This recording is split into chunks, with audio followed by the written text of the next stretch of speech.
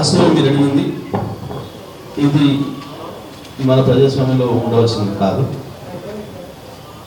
కానీ సహజంగానే కొన్ని సందర్భాల్లో ఇటువంటివి వస్తుంటే ఉత్పన్నం అవుతుంటాయి కొన్ని సమస్యలు. కానీ తాత్కాలికంగానే ఉంటుంది, అది ఆ సమస్య పరిష్కారం ఆటోమేటిక్గా జరిగిపోతుంది. ఈ ఎన్నిక తర్వాత మళ్ళీ ఏమి ఉండదు. నిజమే మీరు అన్నట్లు ఏమైంది, ఒక పార్టీకి ఎక్కడ క్యాడర్ లేకపోవడం, వాళ్ళకి బేస్ లేకపోవడంతో ఉన్న వాళ్ళు కూడా కదిలి వాళ్ళ వైపు వచ్చే పరిస్థితి లేదు. టీఆర్ఎస్ పార్టీ నాయకులు కార్యకర్తలు టీఆర్ఎస్ పార్టీలోనే స్ట్రాంగ్గా ఉన్నారు, కాంగ్రెస్కి ఉన్న వాళ్ళు కాంగ్రెస్లోనే స్ట్రాంగ్గా ఉన్నారు. వీళ్ళు ఎవరు కదిలే పరిస్థితి లేనప్పుడు మీరు అన్నట్లు ఆ కొత్త బీజేపీలో పోయిన నాయకుడు ఈ చిన్నపిల్లల్ని యువకుల్ని వీళ్ళని తీసుకుపోయి అటువంటి అలవాట్లు చేసి బాగా ఖరాబు చేస్తున్నాడనమాట. అది స్పష్టంగా మనకు వినవస్తూ ఉంది. సో ఇది సాధారణ ఎన్నికలకు ఉంటుందని నేనేం అనుకోవడం లేదు. ఈ ఉప ఎన్నిక ఒక ప్రత్యేకమైన పరిస్థితులలో తీసుకొచ్చిన ఉప ఎన్నిక, కేవలం డబ్బుల్ని నమ్ముకొని ఆయన తీసుకొచ్చిన ఈ ఉప ఎన్నిక కాబట్టి డబ్బుల ప్రభావం కనబడుతుంది, డబ్బుల ప్రాధాన్యత మనకు వినపడుతుంది ఇక్కడ. ఎందుకంటే జనరల్గా ఎక్కడ కూడా ఎన్నికలలో పాలసీలు వినపడతాయి, మనకు పార్టీల విధానాలు వినపడతాయి, పార్టీల యొక్క మంచి చెడ్డలు వినపడతాయి. అది అధికార పార్టీ అయితే అది అధికార పార్టీ చేసిన పనులు, ప్రతిపక్షం అయితే ప్రతిపక్షంగా వాళ్ళు చేసిన పోరాటం, ఇవి అన్నీ మనకు కనపడతాయి, వినపడతాయి. కానీ ఇక్కడ దురదృష్టవశాత్తు కేవలం ఒక వ్యక్తి స్వార్థంలో తీసుకొచ్చిన ఈ ఎన్నిక, పైసల్ని నమ్ముకొని ఆయన తీసుకొచ్చిన ఎన్నిక. పుట్టిన వాళ్ళన్న మాట్లాడింది కూడా విన్నాం మనం. ఏ రకంగా తనైతికంగా ఆయన మాట్లాడాడు, నేను డబ్బులు ఇస్తాం, మేము మీ అందరికీ ఇక్కడ పేదోళ్ళందరికీ మేమే ఇస్తాం, అందుకని పార్టీ చూడకుండా వేయండి. ఇక్కడ స్పష్టంగా కనబడుతున్నాడు వాళ్ళు ఎట్లా డబ్బుల్ని చూసుకొని పేదరికం మీద వాళ్ళు ఏ రకంగా అపహాస్యం చేస్తూ ఉన్నారు అనమాట. కానీ ఇది నిలబడదు, తప్పకుండా ఇటువంటి తత్కాలిక. సార్ సంజీవ్ రాజ్, నినాదం స్టేట్ బ్యూరో. చౌటుప్పల్ ప్రాంతాన్ని ఆసియాలోనే అతిపెద్ద ఇండస్ట్రియల్ కేంద్రంగా చెప్తారు. అయితే ఈ కంపెనీలు విడుదల చేసే విష పదార్థాల వల్ల అక్కడ భూగర్భ జలాలు చాలా విషతుల్యం అవుతుంది రోజు రోజుకి. అక్కడ ప్రజల యొక్క జీవన ప్రమాణ స్థాయి కూడా తగ్గిపోతున్న పరిస్థితి కనబడుతుంది. దీని మీద ప్రభుత్వం తీసుకున్న చర్యలండి చాలా. మన ప్రభుత్వం వచ్చిన తర్వాత, టీఆర్ఎస్ ప్రభుత్వం వచ్చిన తర్వాత ఈ కాలుష్యం పైన సీఎం గారు కొరడా కల్పించి అన్ని పరిశ్రమలకు సంబంధించి కూడా ఎమిషన్స్ ఏదైతే ఉన్నాయో వాటిని ప్రాపర్ పద్ధతిలో వాటిని డిస్పోజ్ చేయాలని చెప్పి చాలా తీవ్రమైన చర్యలు తీసుకోవడం జరిగింది. మీరు అన్నట్టు వాస్తవం కూడా ఆ ప్రాంతంలో ఎక్కడ కూడా లేని ఫార్మా ఇండస్ట్రీస్ అక్కడ ఉన్నాయి. దాన్ని కొంత అరికట్టగలిగాను. అక్కడ ఉన్న ప్రధానమైన పరిశ్రమలు చాలా అన్ని రకాల కండిషన్స్ పెట్టి పీసీబీ ఎప్పటికప్పుడు చెక్ చేస్తూ పొల్యూషన్ కంట్రోల్ బోర్డు ఏ కాంప్లైంట్ వచ్చినా వెంటనే వెళ్ళి ఎంక్వైరీ చేసేసి నిజంగానే జరుగుతుందా ఇట్లాంటిది అని చెప్పి చెక్ చేయడం జరుగుతూ ఉంది.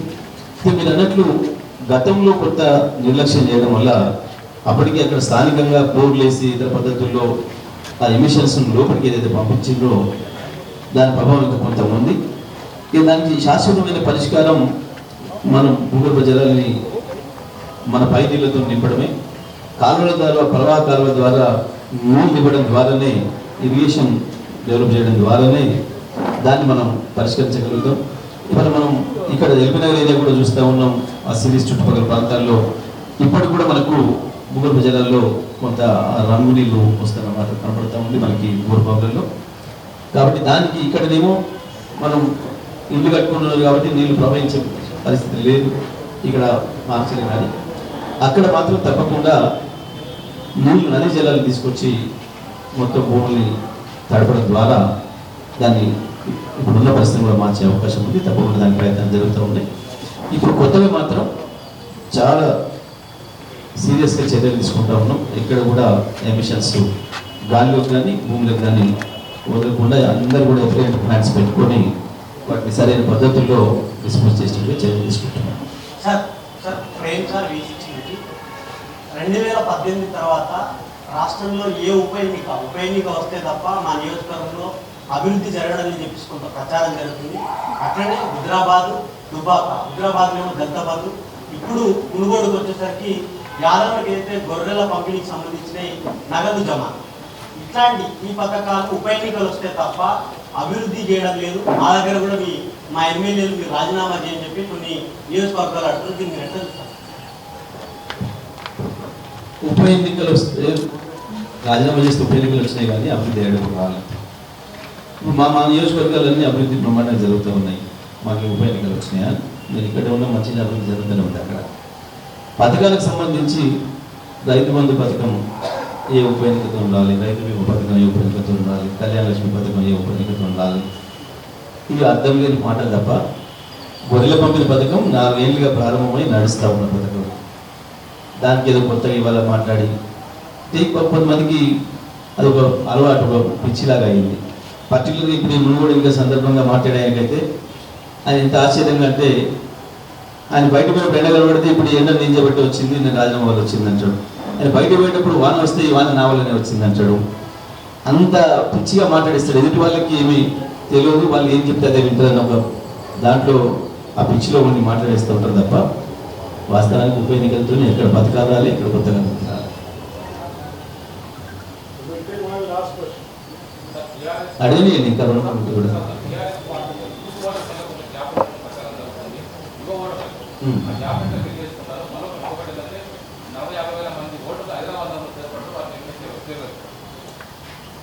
ఓటర్లకు మేము చేయలేదు. తప్పకుండా ఓటర్లు స్వచ్ఛందంగా వాళ్ళంతా వాళ్ళు రావాల్సిందే. అయితే యువ ఓటర్లు మీరు ఇది అడిగిందో కొత్తగా నమోదు చేసుకున్న ఓటర్లు అయితే పూర్తిగా మా పేరు ఉన్నట్టు కనబడుతున్నారు. మేము పోయినప్పుడు ఇంటింటి ప్రచారం వెళ్ళినప్పుడు అయితే చాలామంది ముందుకు వచ్చి ప్రత్యేకించి అమ్మాయిలు బాగా చెప్తా ఉన్నారు. మేము సార్ కొత్తగా నాకు ఈసారి ఓటు వచ్చింది, నేను మనకే వేస్తా, కార్కే వేయాలనుకుంటున్నాను ఇట్లా అన్నమాట.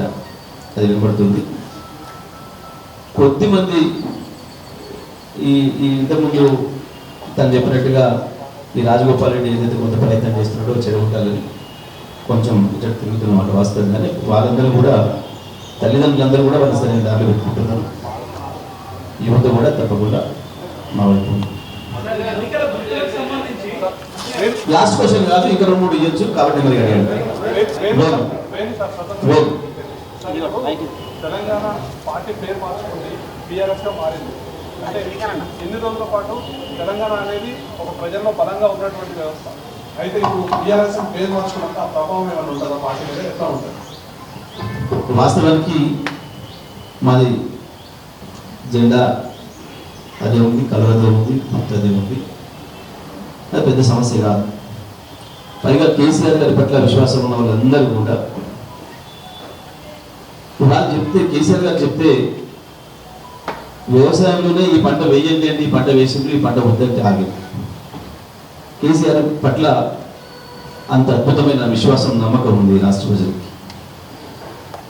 అటువంటిది టీ ప్లేస్లో పే వచ్చింది. అది పెద్ద సమస్య కాదు. ఎందుకంటే ఇతర రాష్ట్రాల్లో వెళ్ళి పోటీ చేయాలనుకున్నప్పుడు టీ పేరు మీద చేయలేము కాబట్టి ఆ ప్లేస్లో బీ పెట్టినాం కాబట్టి అది పెద్ద సమస్య కాదు. తప్పకుండా తెలంగాణ కొరకు కొట్లాడినాడు, తెలంగాణ రాష్ట్రానికి ఉన్నాం. ఇవాళ భారతదేశం కొరకు పనిచేద్దాం అనుకుంటున్నాం కాబట్టి భారత రాష్ట్రానికి ఆ విజ్ఞత ప్రజలకు ఉంది. తప్పకుండా వాళ్ళు తీసుకుంటారు, దాన్ని పాజిటివ్ తీసుకుంటారు. తప్పకుండా గెలుస్తామని సందర్భంగా లేదు.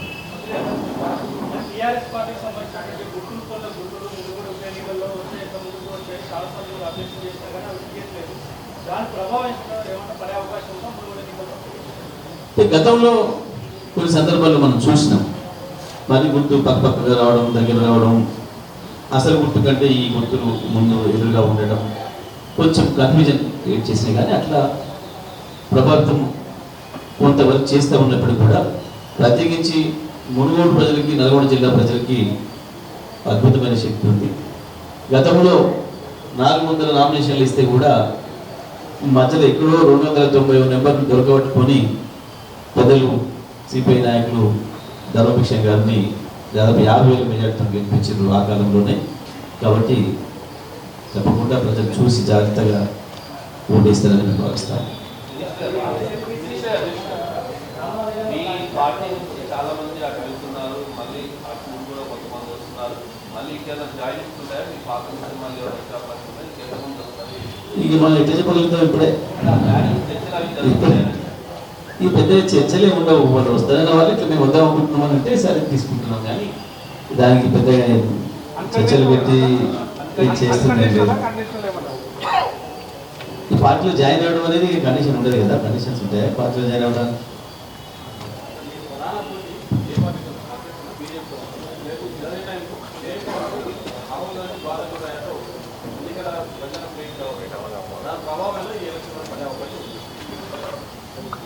ఏమో అంటే నేను అంటే బాగుండదేం, కానీ అది పెద్ద పట్టించుకున్నట్లేదు ఆ యాత్రలు ఎవరు కూడా. ఎందుకంటే ఆయన పార్టీని జోడించలేకపోయింది, దేశాన్ని జోడిస్తాడనే మాట వాళ్ళ దాంట్లో వినపడతా ఉంది పాపం. ఇక అది కాంగ్రెస్ పార్టీ దురవస్థలో ఉంది. ఇక మా పోటీ అని అంటే న్యాయంగా ఉండడం మా కాంగ్రెస్ పోటీలో ఉన్నట్టు కనపడ్డది. అక్కడ కింద బయట ప్రచారాలు ఎక్కువనే తప్ప ఈ రాజగోపాల్ రెడ్డి ఆయనకి స్థానికంగా గ్రౌండ్లో మాత్రం ఇప్పటికీ కూడా ఇంకా మూడో స్థానంలో ఉన్నట్టు కనబడుతూ ఉంది. బట్ కాంగ్రెస్ నుంచి ఈ మధ్యకాలంలో ఎక్కువ మందిని వాళ్ళు చెప్పినట్టుగా వేరే పద్ధతుల్లో కొంత తీసుకునే ప్రయత్నం చేసింది కాబట్టి ఇప్పుడు సమానంగా ఉన్నట్టు కనబడుతూ ఉంది. కొన్ని గొప్ప తేడాతో ఎవరైనా రెండో దాంట్లో ఉండే అవకాశం ఉంది, పెద్ద తేడా ఉండకపోవచ్చు. ప్రతిసారి సర్వేలు చేస్తున్నారు, ఎందుకు మీకు అంత భయం అని ఎలా ఉంటుంది? బీజేపీ కాంగ్రెస్ రెండు వెళ్తున్నాయి సర్వేలు. ఇప్పుడు తాజాగా కూడా టీఆర్ఎస్ పార్టీ మరో సర్వే చేస్తుంది. ఈ సర్వేలు ఎందుకు అసలు మేము సర్వే చేసిన మాట నేను చెప్పలేదు ఇంతవరకు. మేము భయపడేది సర్వే చేసేది వాళ్ళే కదా. సర్వేలు వదులుకొని బయటకు వదిలేసేసి ఇప్పుడు వచ్చేసినాం, పైకి వచ్చినాం, కాంగ్రెస్ దాటి వచ్చినాం, ఇప్పుడు ఇంకా పైకి వచ్చినాం అని చెప్తుంటే వాళ్ళు మేము సర్వే చేసినట్టు ఇప్పటికీ ఎప్పుడు చెప్పలేదు, ఎక్కడ చెప్పలేదు. ఓకే,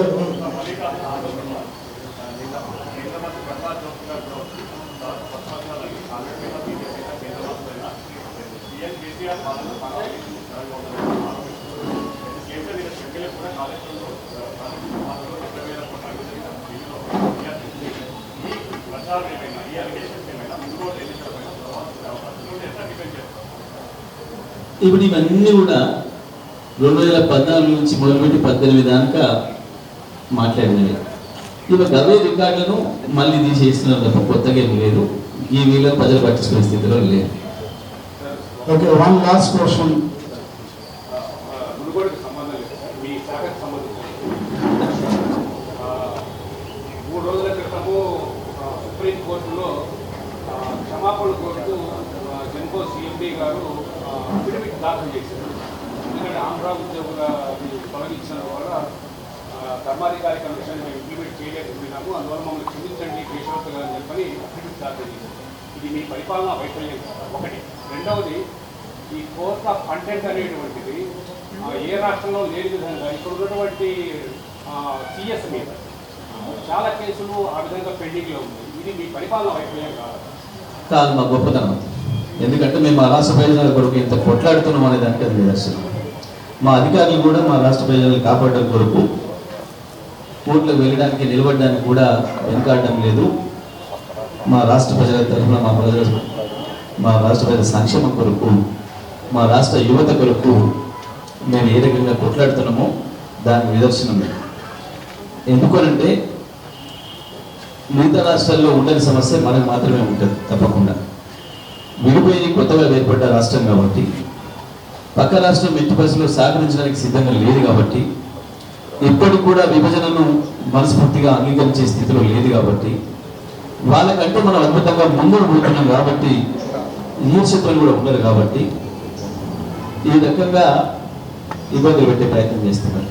పైగా ఆనాడు విభజన చట్టం వచ్చిన సందర్భంలో తెలంగాణ రాష్ట్ర కాంగ్రెస్ నాయకులు చేతగాని వాళ్ళలాగా దద్దమ్మల్లాగా పడి ఉంటే, అటు ఆంధ్ర ప్రాంతంలో ఉండే వాళ్ళు వాళ్ళకు అనుకూలంగా అనేక రకాల సెక్షన్స్ దాంట్లో పెట్టుకోవడం ద్వారా తెలంగాణకు నష్టం జరిగే పరిస్థితి తీసుకొచ్చారు. దాన్ని మేము అన్ని విధాలా కొట్లాడుతూ ఉన్నాం, నిలబెట్టుకునే ప్రయత్నం చేస్తూ ఉన్నాం. మా Telangana power sector employees, Genco కావచ్చు, ట్రాన్స్కో కావచ్చు, మా ఎస్పీడీసీఎల్, మా ఎంపీడీసీఎల్ ఉద్యోగులందరి హక్కులు కాపాడడానికి, అదే సందర్భంలో వీలైనంత మేరకు ఆంధ్ర ఉద్యోగులను పంపించి కొత్త యువతకి మన ప్రాంత యువతకు ఉద్యోగాలు కల్పించడానికి మేము అనేక పోరాటం చేస్తూ ఉన్నాం. దాంట్లో భాగంగానే మేము వీలైనంత మేరకు ఆ ధర్మాధికారి కమిషన్లో కూడా మాకు వ్యతిరేకంగా మాకు నష్టం కలిగించినట్టుగా వచ్చిన చర్యలు కూడా మేము అంగీకరించకుండా ముందుకు పోయినాం. కాకపోతే దురదృష్టవశాత్తు వాళ్ళు ఆ రోజు చట్టంలో పొందుపరిచింది కాబట్టి కోర్టుల నుంచి కొంత వాళ్ళకి రక్షణ దొరుకుతూ ఉంది. మేము చివరి క్షణం దానికి పోరాడుతున్నాం కాబట్టి ఇటువంటి పరిస్థితులు వస్తాయి. అయినా అది మేము మా సీఎండీలు కావచ్చు, మా ఉద్యోగులు రాష్ట్రం విడిపోయిన ప్రారంభంలో 24 గంటలు కూడా పనిచేసేది. మా జెన్కోలో, మా ట్రాన్స్కోలో పనిచేసే మా ఇంజనీర్లు దాంట్లోనే పడుకొని, ప్లాంట్లలోనే పడుకొని, అందులోనే తిని, దాంట్లోనే ఉండి ఉత్పత్తి చేశారు. ఆనాడు చంద్రబాబు నాయుడు కుట్రలు చేసి తెలంగాణను చీకటిగా పంపాలి, తెలంగాణ ఆంధ్ర నుంచి మనకు రావాల్సిన వాటర్ కరెక్ట్ ఇవ్వకుండా చేసే సందర్భంలో మేము రాత్రి పగలైనా ఉంటామని చెప్పి ఉద్యమ కాలంలో ఎట్లయితే సహకరించారో అదే పద్ధతిలో ఉద్యోగాల్లో కూడా అంత త్యాగం చేసి పనిచేసారు. వాళ్ళని కాపాడుకోవడం కొరకు, వాళ్ళ హక్కుల కొరకు చివరి క్షణం వరకు కూడా మా సీఎం దీనికి ప్రయత్నం చేశారు. దానివల్ల సరే కోర్టులలో కొంత అపోహ వచ్చింది. అది మాకు పెద్ద సమస్య ఏం కాదు. తప్పకుండా అది మా పోరాటానికి, మా అధికారులు వాళ్ళ ఉద్యోగాలు కాపాడుకోవడానికి చేస్తున్న ప్రయత్నానికి, వాళ్ళ తాపత్రయానికి నిదర్శనం తప్పకుండా కాదు. Last question from Ramesh. Sir, Ramesh Vaitla. Sir, TRS party ఒక టిపికల్ పార్టీగా తయారవుతుంది, కుల సమీకరణాల వైపే వెళ్తుంది. ఎందుకంటే బూర నర్సయ్య గారు బయటకు వెళ్తే ఒక స్వామి గౌడ్ తెచ్చుకున్నారు, అదే మాదిరిగా దాసోడు శ్రవణ్ తెచ్చుకున్నారు. ఇద్దరు కూడా బయటకు వెళ్తూ కేసీఆర్ని కావచ్చు, మీ పార్టీని అంత దారుణంగా తిట్టారు. ఇప్పుడు వచ్చి వాళ్ళని మళ్ళీ చేర్చుకున్నారు. వాళ్ళు ఏ విధంగా పనిచేస్తారు, వాళ్ళని ఎలా చూడాలి? ఇది చాలా ఆశ్చర్యంగా ఉందండి. ఈ వాదన అక్కడ విన్నారు ప్రశ్న మీద, కానీ వాళ్ళు అవతలి పోతేప్పుడు వాళ్ళకి కులకుండదంటే ఒక టీఆర్ఎస్కి వస్తారు, కులం కనబడుతుందంటే ఇది ఇంత ఆశ్చర్యకరమైన ఇంత వింత వాదన. ఇది అవతలి పోయిన ఆయనకి కులం కనపడలేదు, వీళ్ళు అవతలి పోయినప్పుడు లేదు, వీళ్ళు రాగానే టీఆర్ఎస్ మీద ఈర్ష్యతోని కక్షతో చేసే వాదన తప్ప అది అర్థం దాంట్లో ఉన్నా. ఎందుకంటే ఆ వ్యక్తి ఇందులో నుంచి దాంట్లో పోయినాడు, మరి అప్పుడు వాళ్ళు కులాల సమీకరణతో చేసినట్ట, ఇప్పుడు పోయిన ఆయన కూడా పోయినాడు. అసలు కులానికి రాజకీయాలకి సంబంధం ఉంటుందా? అసలు ఎంత అర్థం లేని వాదన, ఇంత ఆశ్చర్యంగా చూడండి. ఆ పార్టీ అవతల పార్టీలో పోయినాడని మీరే చెప్పినారు, మళ్ళీ వచ్చినాడు. పోయేటప్పుడు లేదు కులం చర్చ, కులం ప్రస్తావన. టీఆర్ఎస్కి వస్తే మాత్రమే ఉంటుంది అన్నట్ట. అంటే మీరు చేస్తే ఒకటి, మేము చేస్తే ఒకటి సామెత ఉంటుంది ఉంటుంది. అట్లా ఉంది ఈ వాదన తప్ప నుంచి ఏం లేదా? ఓకే,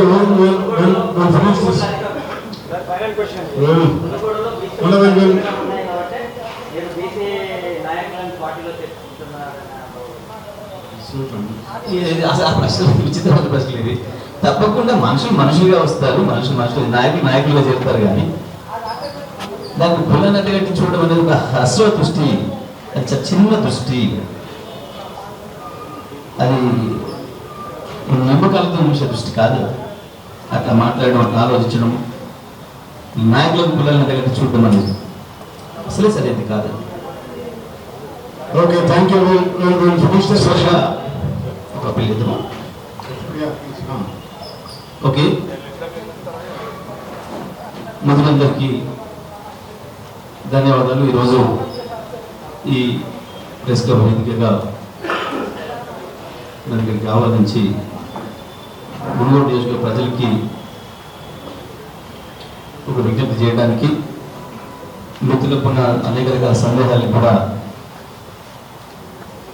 సంతృప్తినిచ్చే విధంగా సమాధానం ఇవ్వడానికి అవకాశం ఇచ్చినందుకు మీకు అందరికీ ధన్యవాదాలు తెలియజేస్తూ, మరి ఈ వేదిక ద్వారా మునుగోడు ప్రజలకు కూడా విజ్ఞప్తి చేస్తా ఉన్నాను. నేను తెలంగాణ రాష్ట్రం వచ్చిన తర్వాత టీఆర్ఎస్ పార్టీ ఏం చేసింది అని అడిగితే, టీఆర్ఎస్ పార్టీ ప్రభుత్వంగా ఏం చేసింది అని అడిగితే ఒకే ఒక్క సమాధానం, 2014 రాష్ట్రం ఏర్పడ్డ నాడు మనకు వారసత్వంగా వచ్చిన ఆకలి దారిద్ర్యాలని, ఆత్మహత్యలని, పారదోలింది తెలంగాణ పరిపాలన, కేసీఆర్ పరిపాలన. అవాళ సగం మంది అన్నం లేని స్థితిలో ఉన్న ఈ రాష్ట్రంలో ఇవాళ ఒక పూట కూడా, ఈ పూట నాకు ఇంట్లో బియ్యం లేక నేను వండుకోలేదు, నేను తినలేదు, నేను పస్తులున్నా అని చెప్పే ఒక మనిషిని కూడా లేకుండా చేసింది కేసీఆర్ పరిపాలన. అనేక రకాల సంక్షేమ పథకాలను తీసుకొచ్చి ప్రజలు ఊహించిన దానికంటే ఆశించిన దానికంటే అధికంగా ఎవరు అడిగినా అడగకపోయినా అందరి ఆకలిని చూసి ఆ ఆకలి తీర్చి ఒక అన్నలాగా ఒక తండ్రిలాగా పరిపాలన చేసిన కేసీఆర్ గారి నాయకత్వాన్ని బలపరచాల్సిన సందర్భం. ప్రత్యేకించి మునుగోడులో 60-70 సంవత్సరాలుగా మీరు పడుతున్న బాధను మీ వేదనను అర్థం చేసుకొని ఆనాటి కేంద్ర రాష్ట్ర ప్రభుత్వాలు పట్టించుకోకుండా నిర్లక్ష్యం చేసిన దాని ద్వారా పెంచి పోషించిన ఆ ఫ్లోరోసిస్ మహమ్మారిని 6 ఏళ్లలోనే తరిమి కొట్టి ఇవాళ తర్వాతి తరాలకు ఆ పీడ లేకుండా చేసిన కేసీఆర్ గారి రుణం తెచ్చుకోవాల్సిన సందర్భం ఆసన్నమైంది. తప్పకుండా కాలు గుర్తుపోయిన ఓటీసీ కేసీఆర్ గారిని బలపరిచి తెలంగాణ రాష్ట్రాన్ని నిలబెట్టుకోవడానికి, తెలంగాణ రాష్ట్రంలో జరుగుతున్న అభివృద్ధిని నిలబెట్టుకోవడానికి జాతీయంగా కేంద్ర ప్రభుత్వం బీజేపీ ప్రభుత్వం చేస్తున్న దుర్మార్గాలని ఎండగడుతూ అమ్ముడు పోయి ఏ విలువలు లేకుండా ఇవాళ మళ్ళీ ప్రజల ముందుకు వచ్చి తిరుగుతున్న వాళ్లకు సరైన బుద్ధి చెప్పే పద్ధతుల్లో మునుగోడు తీర్పు ఉండాలని, తప్పకుండా టీఆర్ఎస్ పార్టీ అభ్యర్థిని గెలిపించాలని చెప్పి ఈ ప్రస్తుతం వేదికగా విజ్ఞప్తి చేస్తూ సెలవు. మిత్రులందరికీ ధన్యవాదాలు. Before we close this session, we thank the Minister for coming over and spending his valuable time with us. And I request our AC members, Rama, Uma, Goparaju, Sinu and Padma and Barbara, please come and Anil, మీరు ఒకసారి stage మీద వచ్చి సార్కు మన తరఫున, మన club తరఫున మీరు ఒక జ్ఞాపకం అందియాలని కోరుతున్నాను.